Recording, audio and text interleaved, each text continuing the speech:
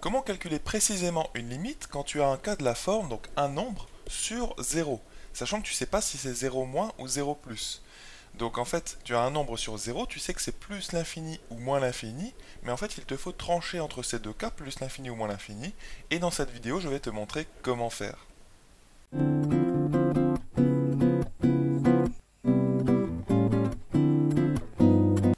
Bonjour à toi et bienvenue sur Star en Maths TV, j'espère que tu vas bien.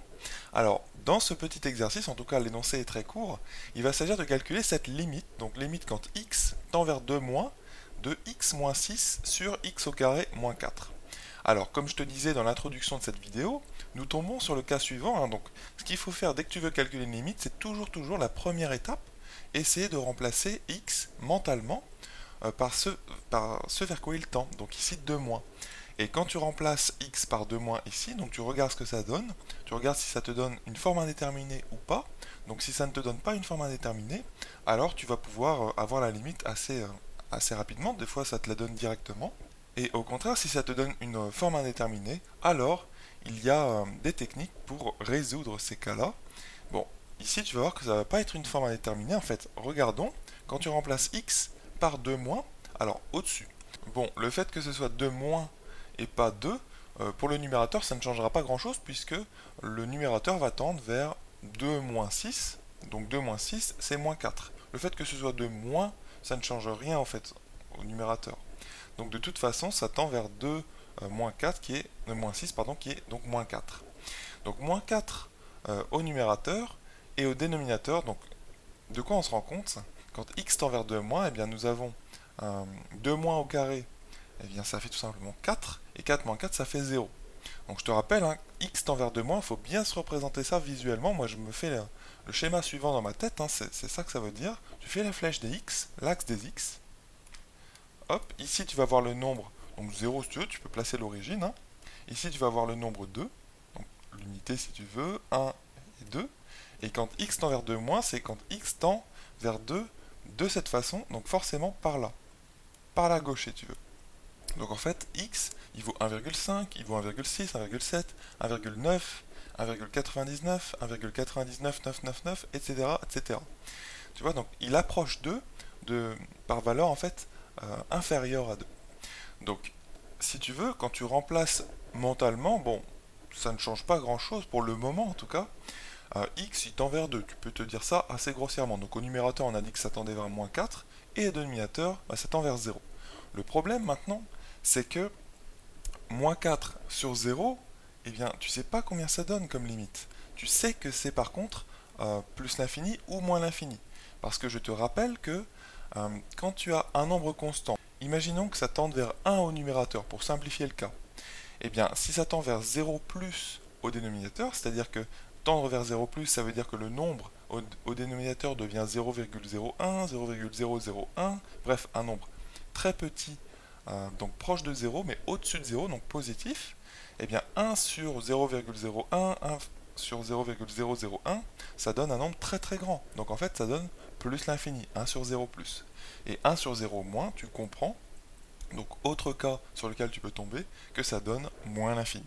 Donc en fait, l'idée, vu qu'ici on n'a pas 1 mais on a moins 4 au-dessus, donc ça va pas changer, ça va pas nous embêter outre mesure, ce qu'il faut vraiment savoir par contre, c'est savoir si ça tend vers 0 plus ou 0 moins au dénominateur. Et de cette façon, tu pourras véritablement trancher entre plus l'infini ou moins l'infini.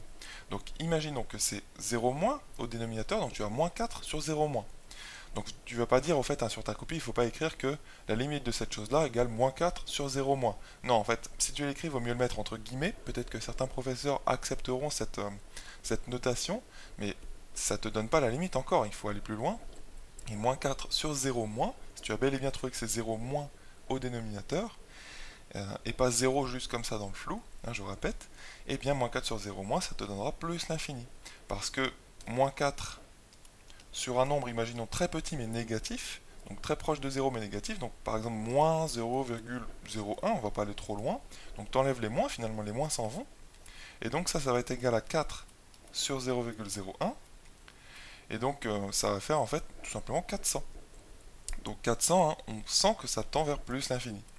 Et moins 4, si c'est 0 plus en dessous, ça va tendre vers moins l'infini. Tu comprends? Donc l'idée, toujours quand tu es dans ce cas-là, c'est-à-dire un nombre au-dessus qui soit négatif ou positif, mais un nombre constant vers lequel tend le numérateur, et 0 vers lequel tend le dénominateur, et bien ce cas-là, c'est pas un cas d'indétermination, hein, et bien pour aller plus loin, si tu veux, pour distinguer, pour savoir si c'est plus l'infini ou moins l'infini, il faut que tu saches absolument si c'est 0 moins au dénominateur, si ça tend vers 0 moins, ou si ça tend vers 0 plus. Tu vois, il faut absolument préciser, si tu veux, le 0. Donc là, comment va-t-on faire? Eh bien en fait, pour savoir si ça tend vers 0 plus ou 0 moins, finalement il faut étudier le signe de x au carré moins 4 autour de 2.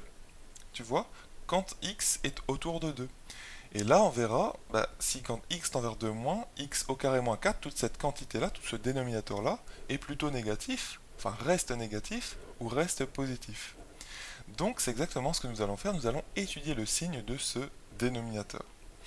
Donc voilà, maintenant tu sais comment il faut faire, il faut préciser, je répète, si c'est 0 plus ou 0 moins, il ne faut pas rester comme ça dans le flou en te disant bon c'est 0 juste, je ne sais pas trop comment faire, je ne sais pas si c'est plus l'infini ou moins l'infini, donc là il faut trancher, et donc on va faire une étude de signe de x au carré moins 4. Au passage, hein, j'en profite pour te dire que le cas que nous voyons ici n'est pas tout à fait un cas d'indétermination. Les cas d'indétermination, c'est plutôt quand tu as, par exemple, plus l'infini, moins l'infini. Alors là, tu peux pas vraiment savoir quel est l'infini qui gagne, et si ça tend vers 0, moins l'infini ou plus l'infini. Tu sais pas du tout en fait ici. Tu as aussi bien sûr le cas moins l'infini plus l'infini. Tu as les autres cas, donc suivants, qui sont par exemple 0, donc 0 plus ou 0 moins fois l'infini, donc plus l'infini ou moins l'infini. Là, tu sais pas vraiment, il faut aller plus loin, il faut lever ce cas d'indétermination. Et pour lever un cas d'indétermination, hein, qu'il soit ceci, enfin l'un de ces cas-là, donc je continue à te les montrer, tu as aussi l'infini sur l'infini, et tu as aussi comme forme indéterminée, tu as 0 sur 0. Et donc généralement, hein, pour lever ces cas d'indétermination, pour savoir quelle est la limite qui se cache derrière, eh bien, il faut soit transformer l'expression, soit utiliser les croissances comparées, soit utiliser des limites que tu connais, etc., etc. Donc il y a plusieurs techniques à partir de là, mais là, tu n'as pas tout à fait un cas, enfin, le cas que nous avons ici ne se trouve pas parmi ces cas-là, puisque le cas que nous avons, c'est un nombre au-dessus, donc au numérateur, donc on peut le noter alpha, ce nombre, ça tend vers alpha, un nombre constant qui ne dépend plus de x, sur donc 0. Et toi, il faut absolument que tu tranches entre 0 plus et 0 moins, et selon le signe de alpha et le signe du 0, entre guillemets, eh bien tu pourras trancher entre moins l'infini et plus l'infini. Donc c'est parti, nous allons chercher le signe de x au carré moins 4. Donc nous, ce que nous souhaitons faire, c'est dresser le tableau de signes de x au carré moins 4, et en particulier connaître son signe quand x tend vers 2 par valeur inférieure à 2. Donc en fait, on ne veut pas connaître vraiment le signe de x au carré moins 4 pour n'importe quelle valeur de x. Non, pas vraiment, en fait, on veut juste connaître le signe de x au carré moins 4 autour de 2, quand x se balade préférentiellement même juste en dessous de 2. Tu vois, c'est juste ça qu'on veut. Donc, comment on va étudier le signe d'une telle expression? Comment dresser le tableau de signes de x au carré moins 4? Bon, alors tu sais qu'il est beaucoup plus simple d'obtenir le signe d'une expression factorisée plutôt que d'une expression sous forme d'une somme ou d'une différence, comme ici, x au carré moins 4. Bon, c'est pas vraiment simple d'obtenir le signe de ça. Alors, une autre façon de faire aussi, hein, c'est de passer par tes connaissances sur le second degré, donc tout ce qui est polynôme du second degré, et ensuite de déterminer le signe de cette chose-là, mais ça va passer aussi par une factorisation. Donc en fait, ce que je t'invite à faire, c'est factoriser ça. Donc tu vas avoir un facteur multiplié par un autre facteur, et comme ça, en cherchant le signe du premier facteur et le signe du deuxième, tu auras le signe de x au carré moins 4. Donc x au carré moins 4, c'est quoi fois quoi? Eh bien en fait, tu dois reconnaître normalement là-dedans une identité remarquable, et cette identité remarquable, c'est a carré moins b carré égale a moins b facteur de a plus b, parce que 4, c'est bien sûr 2 au carré. Donc, x au carré moins 4, on va transformer un petit peu ça, pour trouver son signe, hein, je te rappelle, donc avant tout pour le factoriser, eh bien nous allons obtenir x moins 2 facteur de x plus 2. Et là c'est extrêmement simple d'obtenir le signe de chacun des deux facteurs, hein, donc x moins 2 et x plus 2 selon bien sûr les valeurs de x. Hein. Je rappelle que trouver le signe d'une expression fonction de x, c'est bien sûr trouver le signe de ce nombre, hein, donc e de x, ici, hein, cette fonction de x, en fonction des valeurs de x. Donc bien sûr, ce qu'on va mettre comme première ligne dans notre tableau de signes, c'est l'évolution, ça va représenter l'évolution des valeurs de x. Alors ici, x, pour x au carré moins 4, hein, je considère plus l'expression entière, hein, plus toute la fraction, mais juste le dénominateur. Eh bien, il n'y a pas de valeur interdite pour x au carré moins 4. X, il peut être égal à n'importe quel nombre réel. Donc la première ligne de ton tableau va être tout simplement x se baladant de moins l'infini jusqu'à plus l'infini. Et ensuite, dans ton tableau de signes, tu vas mettre, eh bien, dans la deuxième ligne, le signe de ceci, x-2, et dans la troisième, le signe de x plus 2. Donc x-2, x plus 2. Alors, pour connaître le signe de ces choses-là, c'est assez simple en fait, puisque ce sont des petites expressions fonctions affines. Ici, tu as vraiment une petite fonction de x de la forme ax plus b. Le a vaut 1 et le b vaut moins 2. Ici, le a vaut 1 et le b vaut 2. Et à partir de ce moment-là, à partir du moment où tu reconnais une petite fonction affine, tu connais absolument les techniques pour avoir le signe de ces choses-là. Il faut savoir si la fonction affine est croissante ou décroissante. Auquel cas, si elle est croissante, ça donnera moins puis plus. Si elle est décroissante, eh bien ça donnera plus puis moins. Et puis ensuite, il faut trouver l'endroit où ça s'annule. Donc il faut résoudre ça égale 0 et ça égale 0. Donc ici, c'est assez rapide, hein. Quand est-ce que ça s'annule? Pour x qui vaut 2. Donc on fait apparaître le 2, hop, on fait apparaître une barre verticale et le 0 ici. Et vu que cette fonction-là, c'est une fonction affine qui est croissante, vu que le a vaut 1, c'est le coefficient directeur, il est positif, donc la fonction est croissante, donc c'est forcément moins comme signe, puis plus. Et pour x plus 2, hein, ça va être exactement le même principe. Cette fonction-là s'annule pour moins 2, donc tu fais apparaître le moins 2 dans ton tableau de signes. Alors tu le fais bien sûr apparaître avant le 2. Donc ici tu as moins 2, tu fais la barre verticale, hop, tu mets le 0 ici. Et donc bien sûr, hein, l'expression finale qui est x au carré moins 4 s'annulera pour les deux, donc pour moins 2 et 2. Donc 0, 0 ici. Et donc le signe de x plus 2, c'est moins, vu que c'est une fonction affine qui est croissante toujours, puisque le a c'est 1, hein, devant le x qui est implicite, hein, donc il est positif comme coefficient directeur, donc la fonction est croissante, donc c'est moins puis plus. C'est vraiment la technique, hein, je te l'ai dit très rapidement à l'oral, pour obtenir le signe d'une fonction affine, donc du type ax plus b. Ça marche tout le temps cette petite technique, tu regardes si la fonction est croissante, et tu regardes pour quel x ça s'annule. Donc moins 2 et 2 ici. Donc ici on reporte le moins, et on va obtenir comme signe plus, moins et plus. Voilà, donc ce résultat, plus, moins, plus, et le fait que x au carré moins 4 s'annule pour moins 2 et 2, tu aurais pu tout à fait le trouver en utilisant tes connaissances sur le second degré, puisque x au carré moins 4, c'est tout à fait un polynôme du second degré.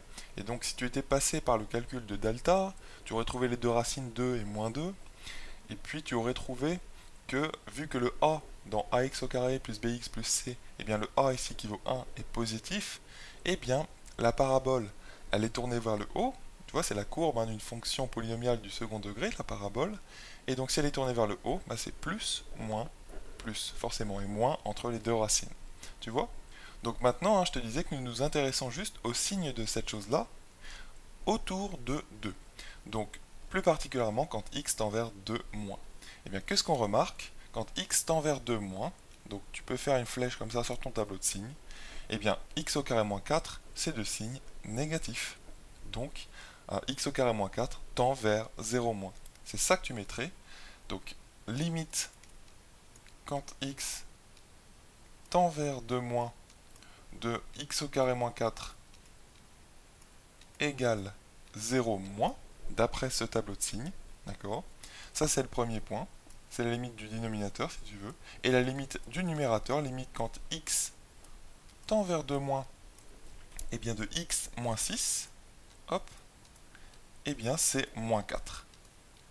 Donc de ces deux choses-là, tu déduis que limite, la limite que nous recherchons, limite quand x tend vers 2 moins, de x moins 6 sur ton dénominateur, qui est x au carré moins 4, eh bien, tu vas pas l'écrire vraiment sur ta copie, hein, tu vas pas dire que c'est moins 4 sur 0 moins, non, tu vas pouvoir directement dire en fait que c'est moins 4 sur 0 moins, ça va être plus l'infini. Voilà comment nous avons trouvé cette limite, et comment nous avons, à partir d'un cas qui nous semblait indéterminé au début, nous avons avancé et trouvé le signe en fait du 0 au dénominateur en étudiant justement le signe de l'expression dénominateur, en particulier quand x tend vers 2, d'accord, et 2 moins en particulier. Voilà, donc j'espère que tu as compris cette technique, c'est toujours la même technique, il faut toujours en fait trouver le signe de l'expression au dénominateur, ça passe donc par un tableau de signes, par l'étude du signe, et ça normalement tu connais plusieurs techniques pour faire ça.